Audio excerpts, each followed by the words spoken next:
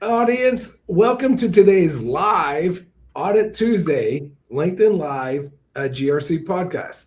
Today we're going to be talking about something that's front and center. Front and center. All I have to do is look on the news any day and find out what's the latest identity hack. And that's in some latest report just came out that said 90% of hacks now are based on identity.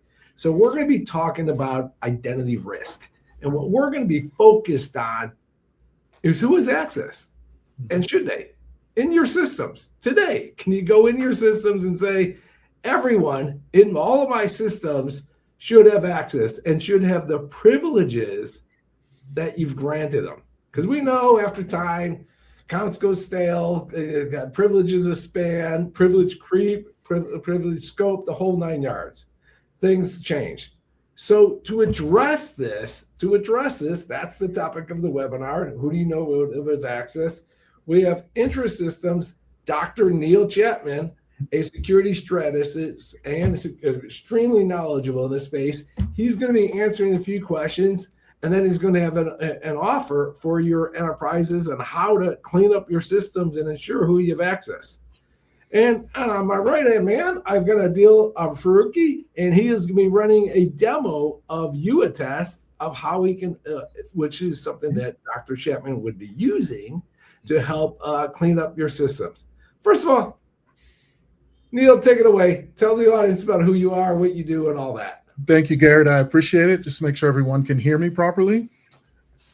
Great. We are IntraSystems, but more particularly Neil Chapman, Dr. Chapman. I have been in the information security field and IT for about 25 years, most of that in healthcare. So probably about 15 years or so in healthcare, served, an IT team moving up to eventually Chief Information Security Officer.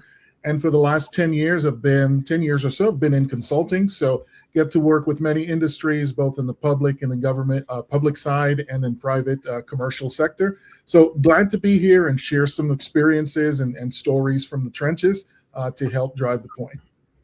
Thank you, Garret. Yeah, fantastic. And I'm Garret Grajek. I'm a CEO, founder of YouAttest. I've been in identity for, pretty much all my life. There's that conference going on, and you can tell it's live. Where's that conference this week, Neil? Something called RSA or something? Something called RSA. Wish I was there. Yeah. Something called RSA. That was my first identity job. I was a two-factor secure ID guy, the whole 9 yards. So that was my first job into identity after being a programmer for 10 years.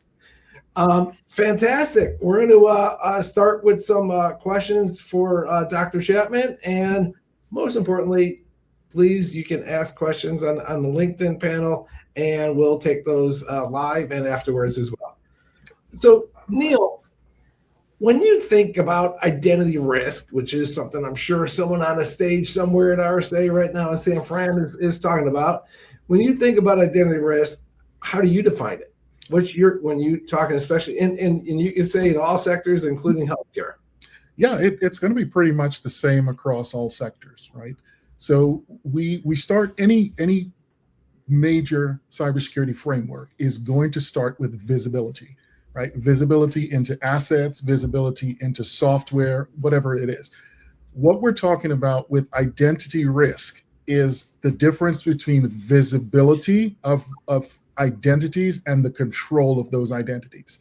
We know everybody requires an identity, and that's the goal of a threat actor, right? Is to get an identity to be able to compromise a system. And so many times we think that, we think of, threat actor or a hacker, if we want to use that term, right? Going through this really long list and this esoteric process to gain access to your systems, when they can bypass all of that with a simple set of credentials, right? And if you're not using MFA, which we'll talk about later, it's simply, right, username and password, and they're in, right? And there are many examples that we'll share and talk about, but Garret, that's what we mean by identity risk, the difference between what you can see and what you can control with your group of identities. Yeah, and Adil, I'll put you in a spot here. So in our customers, when they think of identity risk or whatever, they're usually talking about accounts that they didn't know about or they're still active or overprivileged, correct? Yeah, correct. Yeah, and that's what you'll show in the demo is when we go into it and show how you can find overprivileged and accounts that shouldn't be there. Fantastic. All right, so Neil, when in your experience of working with the field, and maybe go a little about what is your day job over at IntraSystems and how do you interact with customers? Let's start with that. What do you do at IntraSystems and how do you interact with people? So I am the advisory practice lead for cybersecurity, which means we help customers do assessments. We do IAM or identity and access management maturity assessments, help people understand what's the risk right around your identities. And the sort of things that we run into on a daily basis are, a company that had a professional services organization stand up their network or do some work on their network a few years before. Right. And we come in 5 years later and the administrative accounts that were used to set up that infrastructure are still active. The passwords are still the same. Everything has remained unchanged. And there's no visibility. How often have these accounts been used? No one knows. Right. And that presents a risk if someone were to get a hold of that. Or we worked with a data extortion case right in the Northeast where credentials had been taken from a teacher. The student stole them and was able to access a system and then submitted a $3 million extortion request back to the school system. So again, none of these required really hardcore, what we call, technical work. It was simply username and password, right? And there was no visibility around the use of those accounts. So I hope that answers your question. Right? That's a terrible story. And after 20 years, we'll see them in Black Hat. But wow, that's a terrible story. So that's it. So, but very relevant audience. So everything we're talking about here is what Neil does for IntraSystems. He does the assessment to help you understand. So, we can talk about the sky is falling, all that, but it's a good thing that we can help you out. All right. So Neil, on your experience, what is the most common blind spot organizations have in the identity layer? So the one that I just discussed, service accounts, they're typically just voluminous, right? They're all over the place. They typically get provisioned to stand up some infrastructure, and then they're left just standing there. The problem is internally, and the term I like to use is there's no heartbeat user. I like to be able to tie every service account or every privileged account really back to a heartbeat, somebody that I can hold hands and I can get a pulse from this person and know that they're responsible for this account. That's one of the biggest areas I see. Another one is just accounts of people who move from one function to another. You hire somebody to work the front desk, 3 years of working, now they're taking on another function and they still have access that the front desk people have, right? Not understanding how those permissions bloom over time is a cause of identity risk. And the third is just sometimes not understanding that sometimes the people with the least stature, quote unquote, in the company have the most access, right? Especially in healthcare. What we've found increasingly is that the front desk clerk, right, or the receptionist has access into an EHR or access to a system where they can pull lots of records and nobody really pays attention to the level of access that person has because they're just working the front desk. So orphaned service accounts, orphaned accounts as they've been moved or privilege bloat, and then not paying attention to the overall risk, right, of people who often get overlooked within an organization. I know that's a lot there, Garret, but No, that was good. So basically, I'd summarize, and we call them because we have a feature now on that. NHIs, non-human identities. Okay, yes. That we have to start tracking, and I've been doing a bunch of webinars and discussions on AI and what does that mean? Well, of course, there's humans involved and that we have to review for the data, for the algorithms, but it also is what authority does the agents have, right? And you associate that with a non-human identity. But I like what you said there, Dr. Chapman. Is basically let's also have a heartbeat. Who's the heartbeat that's monitoring this account? That was good.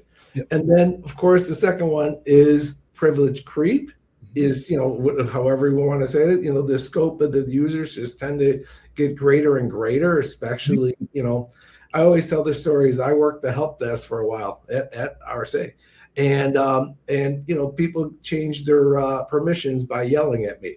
So is that right? No.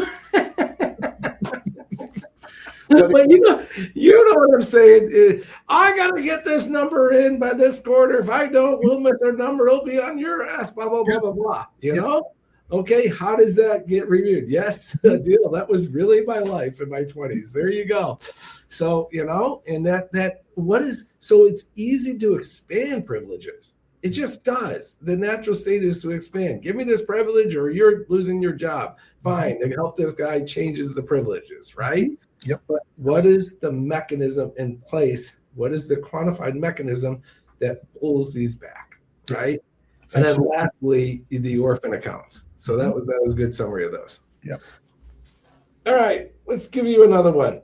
Sure. So where do you typically see risk accumulate first? Is it in the orphan accounts, the privilege creep, service accounts that we just talked, or something else? Where does it start with the problems? I think it's going to be a combination of them, but it's going to depend on the way your organization expands, contracts, or shelves pieces off. Give you for example, I worked with an organization that was over time had gone through several acquisitions. There were 13 hospitals in the portfolio, a couple hundred surgical centers. And over time, right, as they merged, they kept many of the incumbent sort of surgical management systems.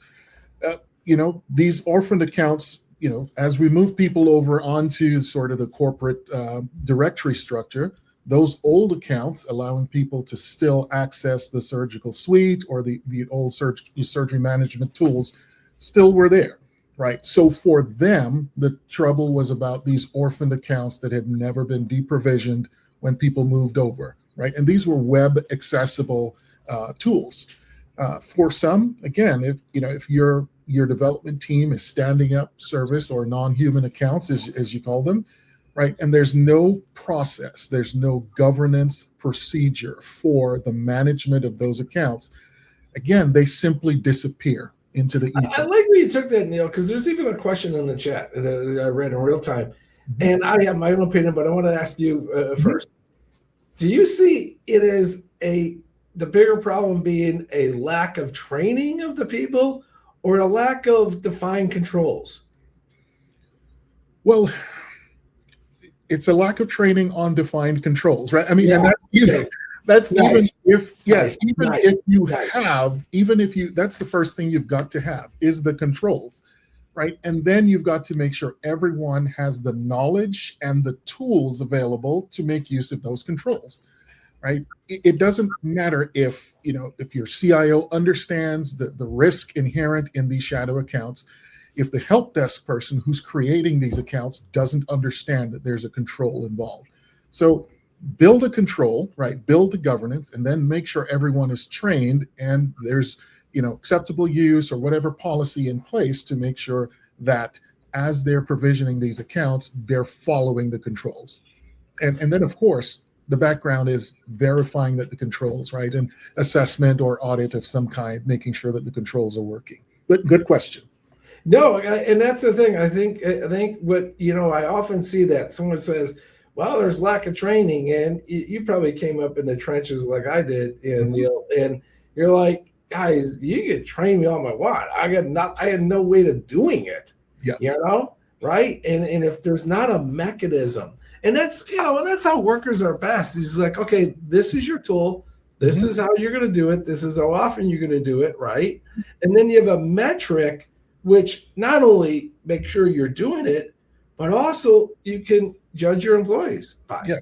And you say, hey, okay, I don't get it. Where's one? And in the case of like our user access reviews, we got one guy. He bought the product. He was in healthcare payments, and he said, Garret, we had this written in the policies that we were going to be reviewing all our admin users every month. Right. And it was in a policy, and he took the new job, and he was that kind of guy that read it, which is good. He's a governance guy. And he goes, first of all, no one has ever done this here, you know. And the second of all, and they said, well, yeah, but we don't have we can't do it. There's no way. We do it once a year. And he goes, well, you ever thought of like looking for a tool to execute this? And he did it. He initiated the search for a tool and found YouAttest for that.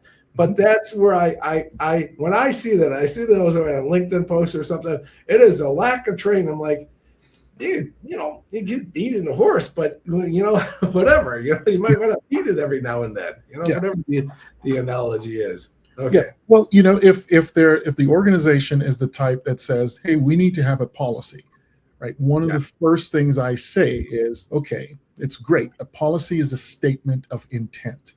But if you're in a regulated field, please do not write a policy that you don't have the tools to follow, because that's the fastest way to get yourself into trouble, right? When an auditor and assessor comes in, you can have the best laid out policy in the world, but if you don't have the training and the tools to back that up, right? One of which is YouAttest, and then the means by which to check the operation of that policy, then don't do it, right? Build the process and then document that statement of intent in your policy. And that way you can move forward with those checks and balances. I think a great assessment, I'm sure you've done it, is the assessment of does your controls, your actual day-to-day controls, do they match your policies?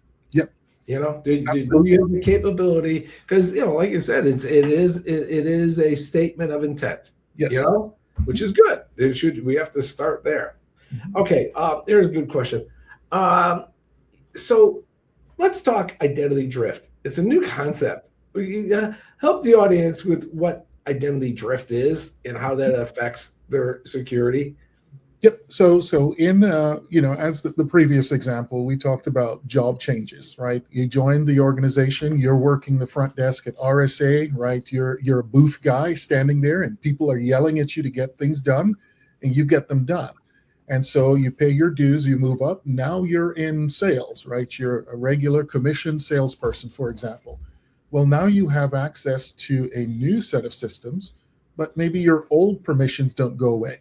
Or maybe you're shadowing someone for a while and you need to have both sets of permissions, right? And then a few years later, you move up, you move into management. Now you get access to a new set of tools, new set of permissions, and those old ones never quite go away because no one's actually looking back at them, right? That is the most common type of identity drift, right? Your identity is tied to multiple roles that we say within the company, and each of those roles gives you access to different things, right? And so maybe in role number 3, you don't need to, right, from a separation of duty perspective, have access to the things you had in role number 1. If those two exist together, that can cause a problem. So that's one of the ways that we see that. We also mentioned mergers and acquisitions, right? Now you're part of a company that's purchased. Now you have access to both sets of infrastructure, and maybe you don't need to have that. Shadow IT, right? Yelling over the wall, hey, Garret, I need this, right? And somebody provisioning it without documenting it in a ticketing system. Again, role drift or identity drift over time. And of course, there's the dreaded emergency, right? I need this right now. Yeah, that's what I always say. If there's not a mechanism to pull those back, you're lost, because that's happening right now in every organization. Someone's screaming, I'm paying this contractor $250 an hour, and he can't get into this system. And so someone changes it, and when does it get pulled back? Yeah. No one's tracking it, right? And so this, like the one that I spoke about at the top of the webinar, 5 years later, right? There was a domain administrative account with the same password. It hadn't been changed for 5 years, just sitting out there. And everyone at the old company knew what that password was. So, wow, these kinds of drifts happen all the time. It's essential to have a control where you're making sure that only those people who need access have access, especially to your privileged and remote accessible systems. I built this system as part of a programming team in healthcare that what we did is we took the DICOM files off of the X-rays machines, and then we turned them into JPEGs for a website, and it was a whole product, and it was very algorithms. And I was like, hold it, guys, where are we going to get the DICOM files from? Because we weren't associated with the hospital. The guy looked at me and goes, oh, Bob over there, he's the admin for these things. We just use the default passwords all the time. And I'm like, oh, that's good. So we're a bunch of programmers outside of this. We're using default passwords. Who else is using those default passwords? So yeah. And as a former developer, I can tell you, sometimes we can be the worst with security, right? We just need to get things done. Yeah, we just have to get things done. Security stand in our way. So yeah, I was the one covering my ears, like, no. Please don't do this. All right, let's do it the right way. Yeah. So let's go into some of those, because I do think there's probably even have you back on this topic, because we just built it out and we're going to be doing more webinars on the topic. But NHIs, the non-human identities. Talk a little about where these are popping up and where they're going to bite us. Yeah. So, they're typically a non-human identity needs to be able to log in to assist or to help run a program, right? I'm sure we're all familiar with it. Many times when we're doing assessments, we find that these non-human identities bypass multi-factor authentication. Good right? point. Because it breaks the application. So we simply allow this privileged identification to have carte blanche access to a database, a critical database, or to the infrastructure, or to allow a service provider to connect to the network. And so we think, well, we trust that other person's security. And we know in healthcare, right, one of the largest source of breaches is the other guy, right? That service provider or someone else we think should have managed access to the network.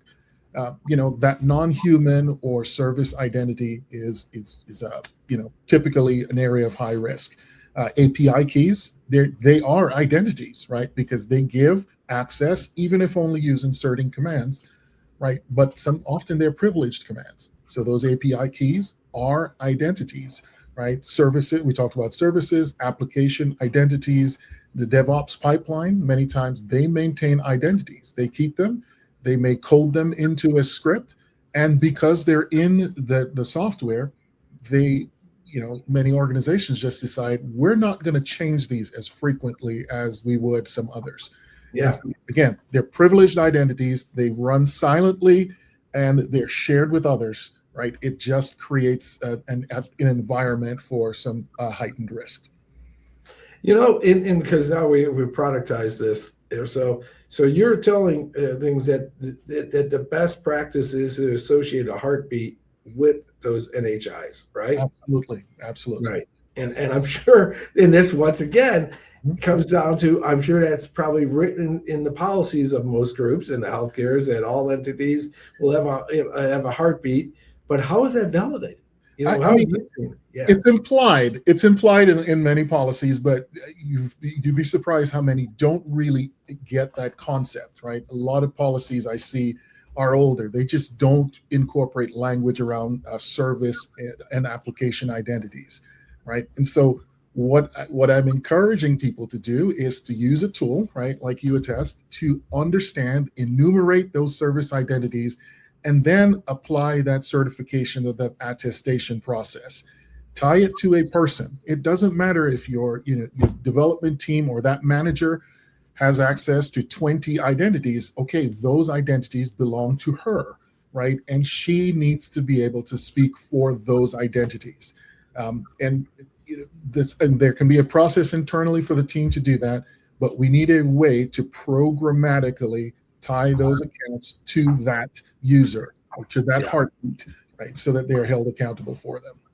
And I'll let the audience know that is something that the YouAttest product does. We literally can quantify the heartbeats that are connected to yours, and then it can be certified and say, yes, we have that. Or I can point out that you don't. Yeah. Okay?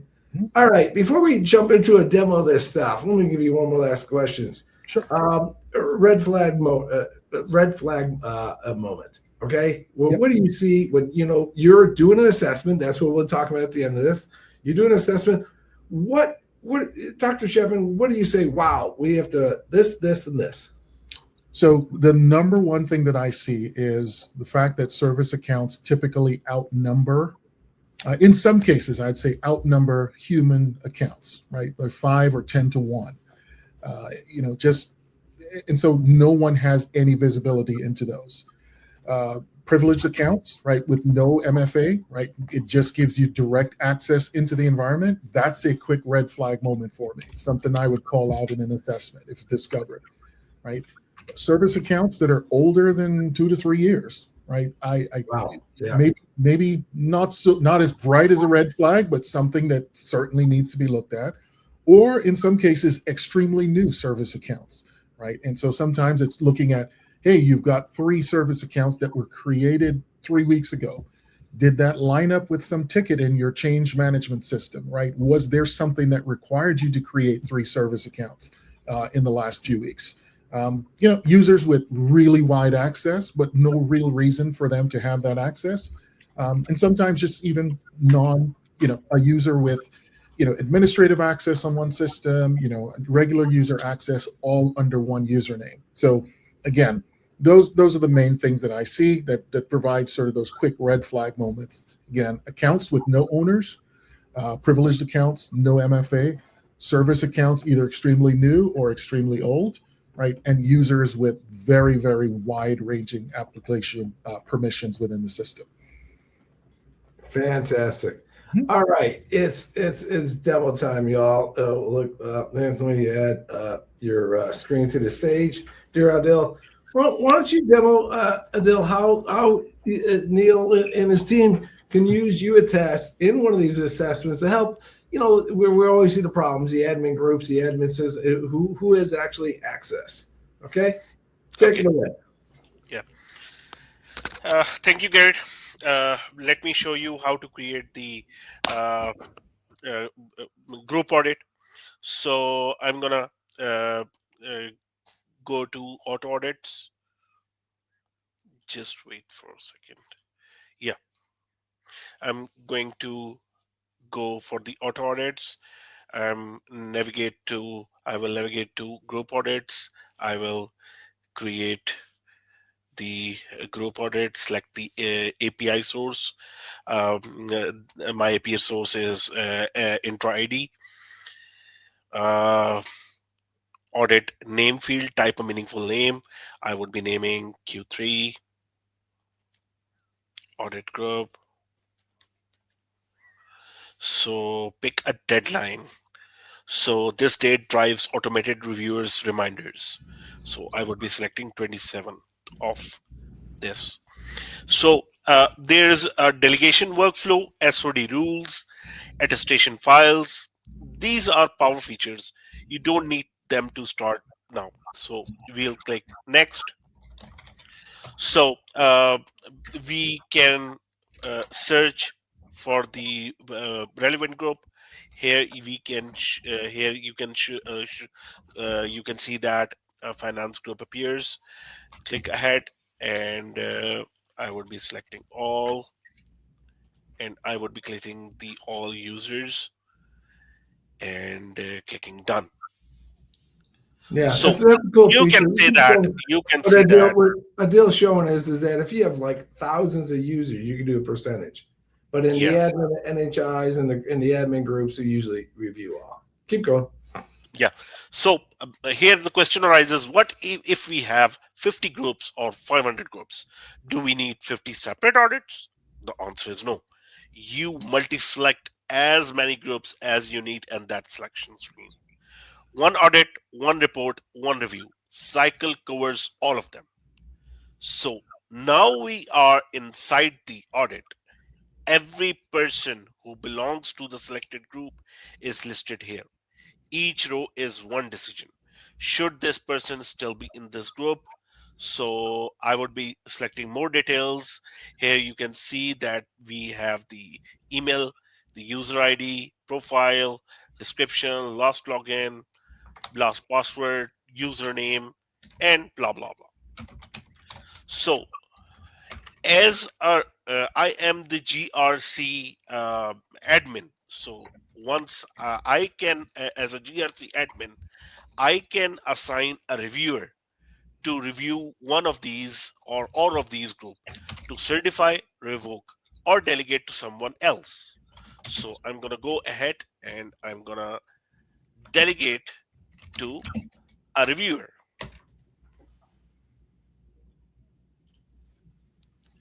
Here you can see as a GRC admin, I have delegated, I have assigned a reviewer for that particular audit. So in a separate group, in a separate browser, I'm going to go ahead and see that if it appeared or not. So you can see that Q3 audit group appeared and we have one assigned reviewer, that is me. We have one unique user to be reviewed. So I'm going to go ahead and I am going to go inside the audit and I'm going to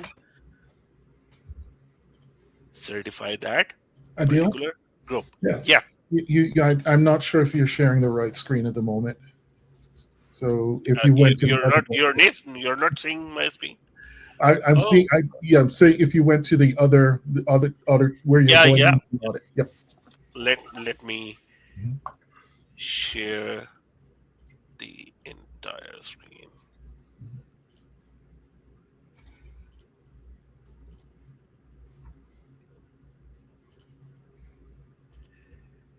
Can you guys see my screen now? Yeah, we got it right here. Okay. Okay. So this is the reviewed. I have reviewed, and here the question arises: can multiple reviewers review the same user? The answer is yes. When you assign multiple reviewers, you can require that all of them certify or revoke before that. Row closes. So, what if a manager doesn't respond? We have a question. Reviewers get automated email reminder as a due date approaches. So, admins can see exactly who has pending items and redelegate or escalate from within the audit. So I'm going to go ahead. I'm going to go to the GRC admin and I am marking them, the group as complete. So I'm going to go ahead and I have confirmed that uh, the group as complete audit. So I can also download a report of which group I have been reviewed and which of the users are being reviewed in the group. I have already downloaded a group as a sample. So this is the report. You can see that we have all the user details, user roles, username, admin, and the group name, action by, status, reviewed on. So in just a few steps, we just ran a full group access review, selected the groups, reviewed every member, revoked the ones that shouldn't have access, enforced it in your identity provider, and produced a report in your auditor so your auditor can use. That took about 10 minutes or less, and in production, it takes your team far less than that. So, this is it. Thank you so much. Perfect. Mhm. Perfect. All right. I'm going to, first of all, before I answer some questions on the panel, I'm going to ask you, Neil. So, how would you use this? How would you use the group reviews in the admin reviews in your assessment? So I can talk about how I have used it. Perfect. So we had a customer, and keep their information private, right? They had a number of groups, right, or branch offices, and typically for them to do this audit, it took them a couple of months, and it involved multiple emails and communication. And without much background, I was able to take this platform and create the audit program or campaign for them in probably about 3 days, right? And put that together and get the emails communication going out. So again, for people that we don't, again, remote branch offices with they're in various groups, and we need somebody at that branch office to attest to the continued identity creation or existence for that user. We were able to use it and get it stood up very quickly, and be able to move the audit forward. So it's not just theoretical, right? It's something that I've actually done for customers. Perfect. Mm-hmm. All right, I'm going to answer one or two of these questions, and then we'll jump into the offer. So one of the questions was, what are some of for the sake of time, Adil just did a group admin review. What were some of the power features? Power features are things like taking your HR system and contrasting it to your IAM and seeing which accounts are orphaned, which ones are no longer resistant, and reviewing those. Another feature, which is probably the most differentiating feature in YouAttest, is taking your IAM system. Adil was using Entra ID. It could be Okta, it could be something like Jump Cloud or Ping, doesn't matter. It could be AD. And then going and importing your siloed systems, the systems that aren't connected to your AD, and then checking and looking for orphan accounts, checking for accounts that no longer exist. They don't exist in the siloed system, or they don't exist in the AD system or your Entra ID. And that's how you do these. You get those. Another feature is we have an AI-based identity trust score that literally looks up at your IAM and says, well, these look overprivileged. Last feature, and we can show these directly, just ping us, is we call it the state of time, which is, I did this audit 3 months ago. Let me run the audit again, which is what everyone should be doing. That's what it says in your policy. Let's contrast. Let's contrast just from day one. What were the move deletes from today, from 3 months ago? And that could be done in a simple, just put the files in, click a few buttons, and voila, you could be contrasting your state of time today to 3 months, 6 months, 9 months ago. Those are some of the wonderful power features. Okay, team, the offer straight out. What we want to do is we're working with IntraSystems, YouAttest is, and Dr. Chapman is prepared to go into your enterprise, and for up to 500 users and 2 identity systems for $2,500, just go in and help you do assessment on your systems. Larger systems will give you a large discount, okay? But straight out, if you got 2 systems up to 500 users for $2,500, IntraSystems and Dr. Chapman will go in and do an assessment. All the stuff we talked about in the last few minutes. I'll let you go on top of it to say and wrap up any way you want, Dr. Chapman. No, so I thank you. I think we talk about identity again being the biggest source of risk, for many enterprises.